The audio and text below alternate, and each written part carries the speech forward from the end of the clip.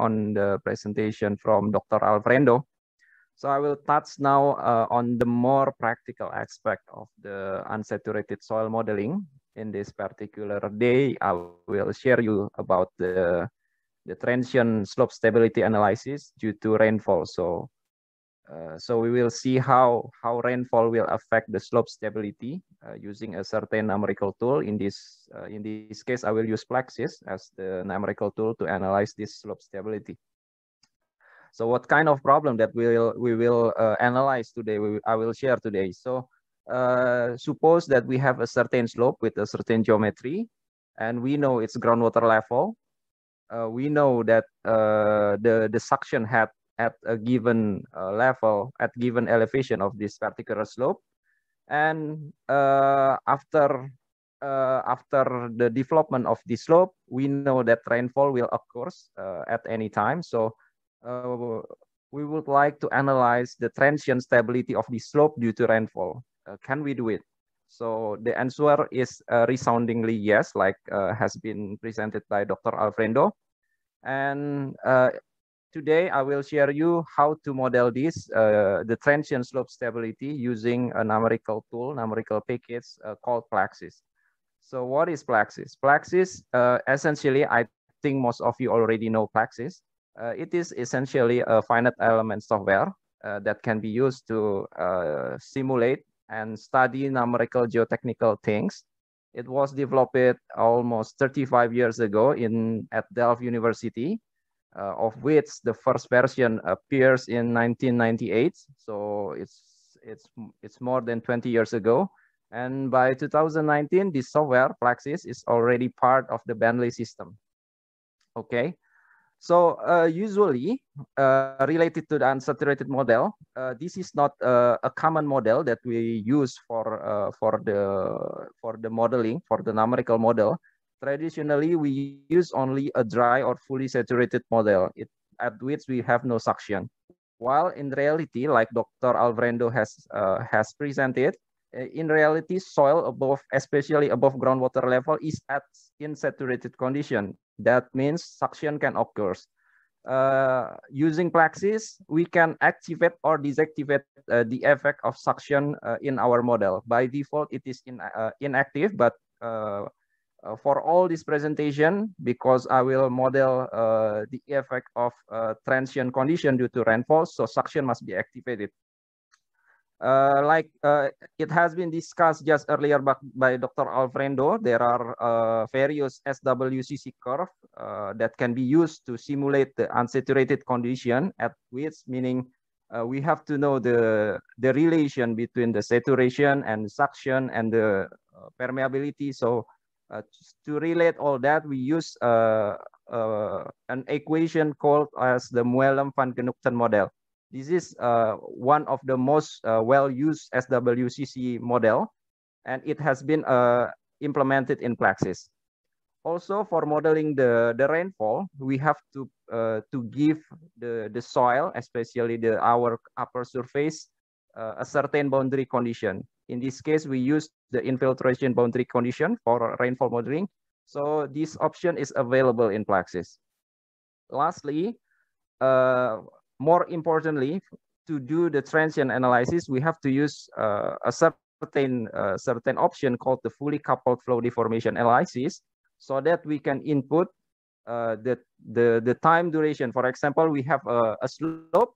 We know or we expect rains. The heavy rain will happen for like say 6 hours or 12 hours. We can model that. So we have to do that, we have to use this particular option, the fully coupled flow deformation analysis, to see the effect or the evolution of suction due to rainfall in our model in time. Okay.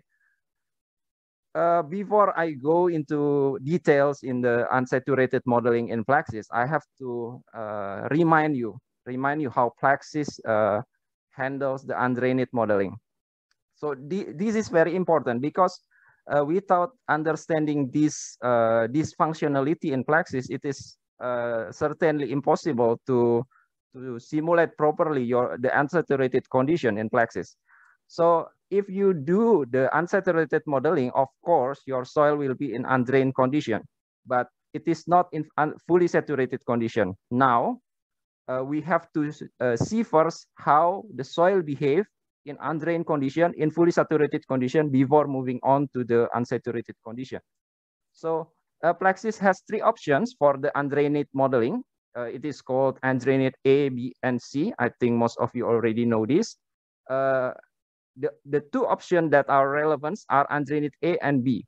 Why? Because with undrained C, we don't have the undrained stiffness. We don't have the effective stiffness. In undrained C, we have undrained stiffness. So the model will not generate the excess pore pressure, and we cannot do the effective stress analysis. So that's why for doing the unsaturated modeling, you have to do the undrained A or undrained B soil model. Okay. So what's the crux of this? So we have to understand the basic or the theory behind undrained A and B. Okay. So why it can be used to model the excess pore pressure? For stiffness calculation, we have to understand to do the stiffness to calculate the excess pore pressure. Plaxis needs both stiffness, the solid skeleton stiffness and the water stiffness. Okay, the solid skeleton stiffness, they are our input value if we use undrained A and B. Okay, but the bulk stiffness of water, we don't know. So we have to calculate it. We have to derive the formula to calculate the bulk of stiffness of water. All right. So it can be, the formula can be derived firstly from the Terzaghi principle. We all know this formula at which the pore water pressure equals the total pressures minus the effective stresses. Okay, we also know this relation for total effective and excess pore pressure condition. We know this relation. So there is a coefficient. This is the bulk modulus coefficients between the compression delta P. P is compression. In essence, is an average of sigma 1, sigma 2, and sigma 3 in the principal directions. And delta epsilon V is the volumic deformation. So we have the relation between them at total effective and excess pore pressure. Like I mentioned earlier, if we use undrained A, we have this K accent, okay? So if we combine all of this formula, we will have this relation. We know that the bulk modulus of water, again, this is at saturated condition, equals to Ku. This is the bulk of stiffness of undrained soil. This is the whole model of soil and solid skeleton, minus K accent, okay? K accent is an input value. Ku we don't this is not an input value if we use undrained A and B. So we have to know what is Ku. Okay. Now Ku is given by this relation because soil assumed as elastic. We know by knowing two parameters we can know the other two parameters. In this particular example, if we know G, the shear modulus, and we know Poisson U, the Poisson modulus at undrained condition, we can get Ku. Okay, so we can get Ku. We know the following. This can be substituted into the previous formula. We can know G also. This is very important because G in undrained modeling and this drain modeling is the same because there is no G for the soil for water. So we can simply substitute Ku and G into the Ku and Ku into the previous formula, and we will get this. This is a very important formula. This is a bulk stiffness of water in saturated condition. All right. All is good. We know the stiffness of solid skeleton. We know the bulk stiffness of water. Now, this can be input in Plaxis using this screen, yeah. So for example, if you prefer to input the effective Young modulus and effective Poisson ratio, you can input this value here. And for the strength parameters, you can input this here in the strength part, okay? The other parameters, the alternative and velocities will change in function of your input here. All right. So all is good. We know the undrained modulus, the stiffness for the saturated condition. Now the question is, how about the unsaturated condition? Okay, how about the unsaturated condition? What is the value of the bulk stiffness of water in unsaturated condition? This is important again, like I mentioned earlier, to get our global stiffness of unsaturated soil. Okay, so previously in previous slide, I mentioned you that we use this K accent and Poisson accent as the input in Plaxis, and we did use these parameters, assuming that Poisson U is very close to 0.5. In Plaxis, it is assumed of 0.495, and so we can calculate Ku based on this input and this deduce formula. Now, for unsaturated, how it is handled in Plaxis? That's our questions. In Plaxis, the unsaturated bulk stiffness of water is calculated using this particular formula. So it is in function of the KW set, the bulk stiffness of water in saturated condition. That's why in previous slides, I give an emphasis the importance of this. And it also depends on this particular del. So it's a del S over to the PW is a suction, the suction pressure. So it's essentially these particular parts come from the SWCC curve, especially the slope of the SWCC curve.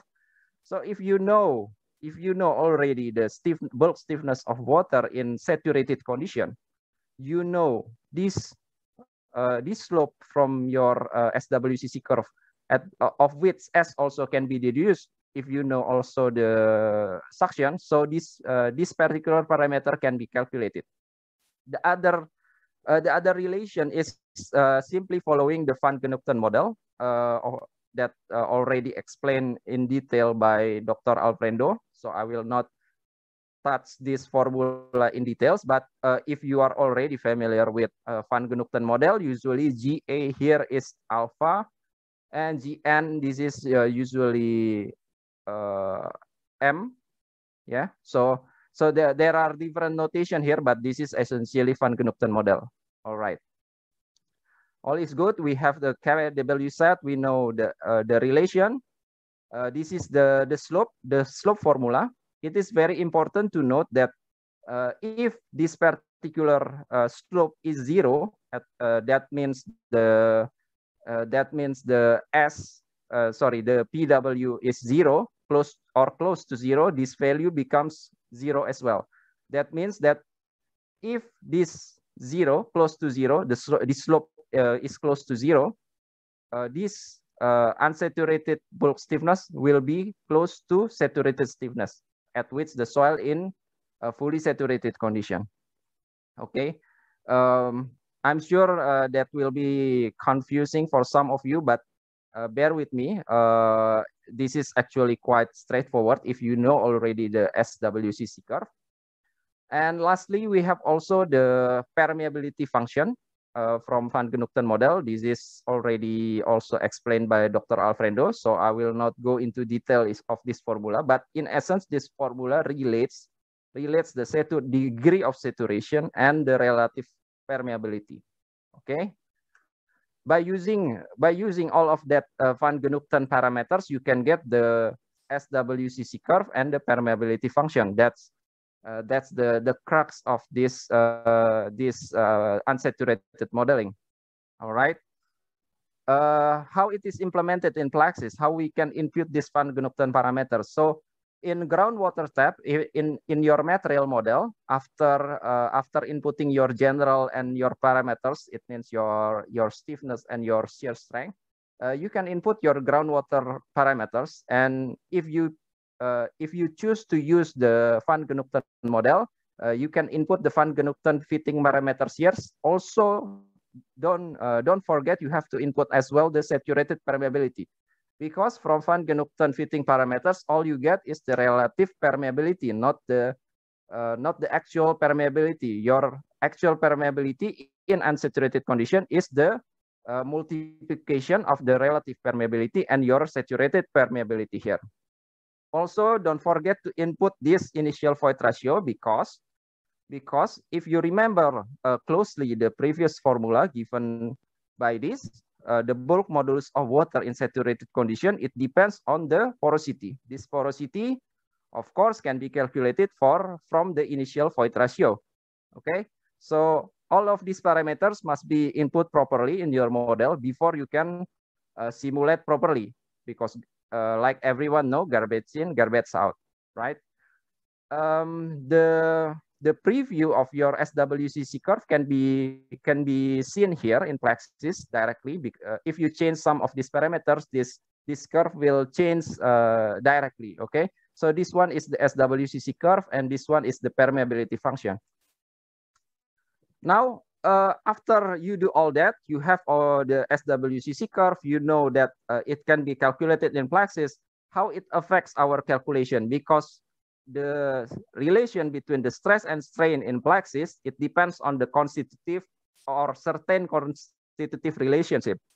Now, the constitutive relationship, especially for soils, mostly it depends on the stress of the solid skeleton. That's why we have to know the impact, or the impact, let's say the impact of suction or unsaturated modeling in our model, in our effective stiffness.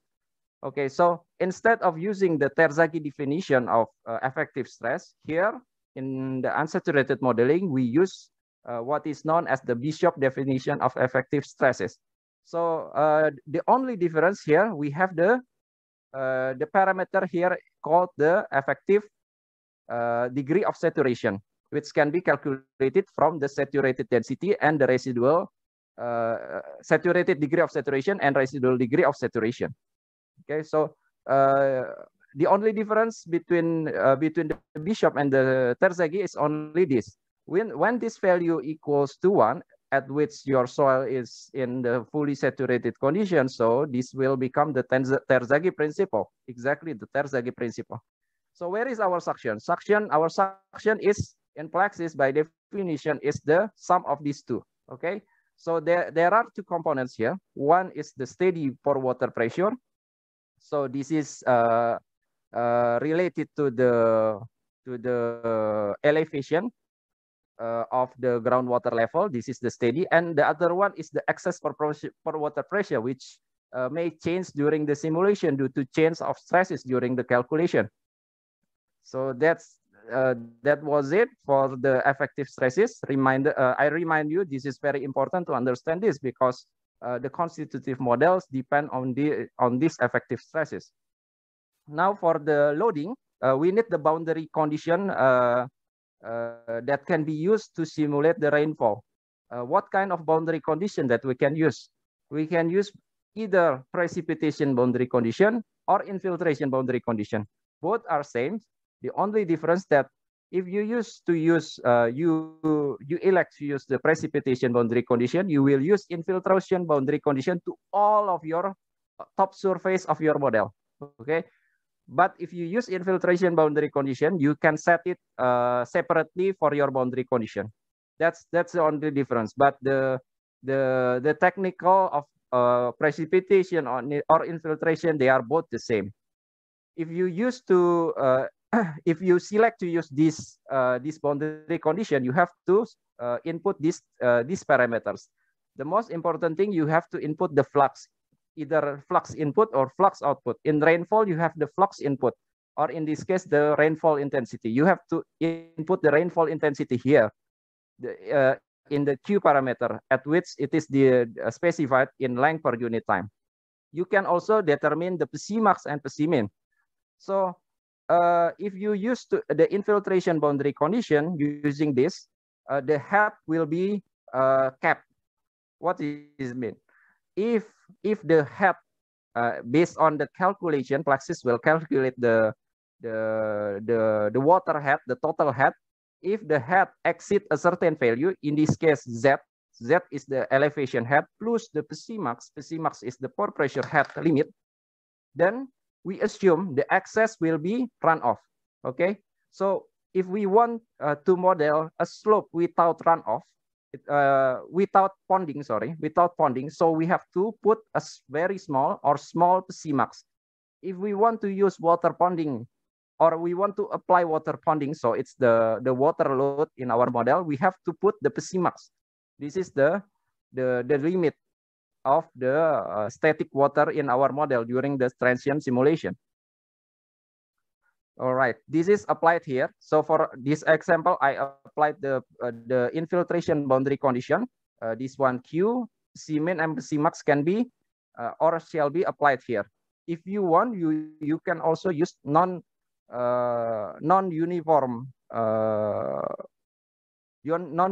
flux. So you have to define the time dependency here as the varies. Okay, so I will use just simply a constant flux input for this particular model. So to sum of it, how Plaxis calculate this? This is not complete. Of course, you have to read the manual, but this is just to give you an overview how Plaxis calculate all of this in its unsaturated part. So firstly, as I mentioned just earlier, firstly, you always have to calculate the stiffness in unsaturated case. So that's the basic. If you use unsaturated modeling, you will also have to give this SWCC curve and permeability function. And you have to know the initial function. Typically, this is from the steady state groundwater flow or the phreatic level that you define in your model. Having both of this, you can determine the degree of saturation, the slope of your SWCC curve, and the permeability. So you combine both of this and you get the unsaturated pore fluid stiffness, the unsaturated water stiffness. Okay, this is the water part. So you combine the groundwater, means the continuity equation that Dr. Alfredo has described. You combine that with the more, say, normal constitutive flow. So you have the nodal equilibrium equation. Inside that, you have the constitutive flow of your particular soil. You combine that with the continuity equation. So by solving this coupled equation, you can get the pore water stiffness and the nodal displacement. Having the pore water pressure PW, so you can calculate the excess pore pressure and the Bishop effective stresses. That's how it works in Plaxis. Okay, now we go to our model and see how the output of the unsaturated modeling with rainfall load. Okay, so assume that I have this kind of slope, 3 vertical, 5 horizontal, so it's about 35 degrees. I apply the default boundary condition here is CPET's boundary condition for the left and right boundary condition. I also apply the closed boundary condition to the bottom boundary condition. For the top, I will apply the rainfall with this.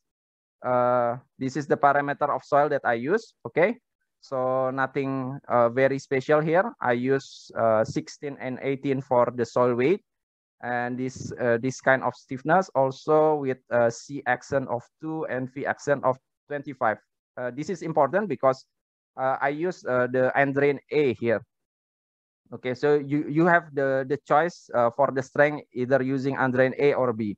So for this particular case, I use the Andrain A model. Okay, so this is the soil model, the SWCC curve that I use for this particular model. This is similar to the high-press coarse subsoil model. So this is essentially, I would say that this is the SWCC curve for the coarse soil, sand-like soil. This is the parameters. I will not go into details how we can get this, but this is some typical data for the high-press soil. Okay. Moving on, this is the calculation input. Like I said earlier, we have to use the fully coupled deformation, and we have to determine the time interval because this is the transient calculation. Say we want to get the results after what happens to our slope after 3 hours, after 6 hours, after 12 hours, we can determine that here. All right. And by default, if we use the flow deformation analysis, the suction is active. Okay, by default suction active. This is the loading for our unsaturated slope. So say that in our model, I will apply 3 types of rain: heavy rain of 10 millimeter per hour for 24 hours, medium rain of this value, and light rain of this value. Okay, so this model will be initialized with gravity loading. If you're familiar with Plexis, for initializing in general can be used using K-null procedure or gravity loading. In this particular example, because we have a sloping ground like this, we have to use the gravity loading. Then we will apply the fully coupled flow deformation analysis. We apply rainfall and see what happens. Okay, let's see what happens. This is in the suction distribution in our model after the gravity loading. We can see here in the left-hand side of my figure here, we have the suction here. Okay, so this suction is actually based on the elevation, simply because this is the steady state condition. This is based on the steady state condition. When we apply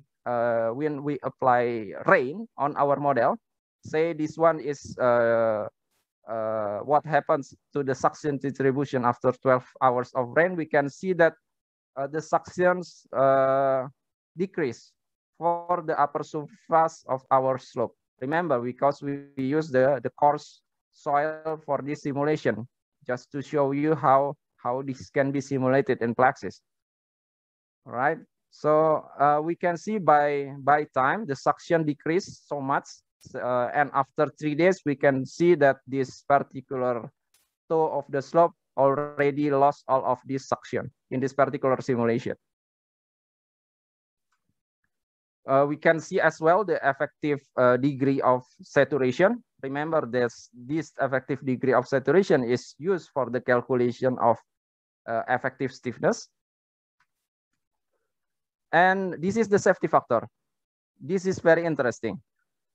If we don't use suction in our model, this is the simple model.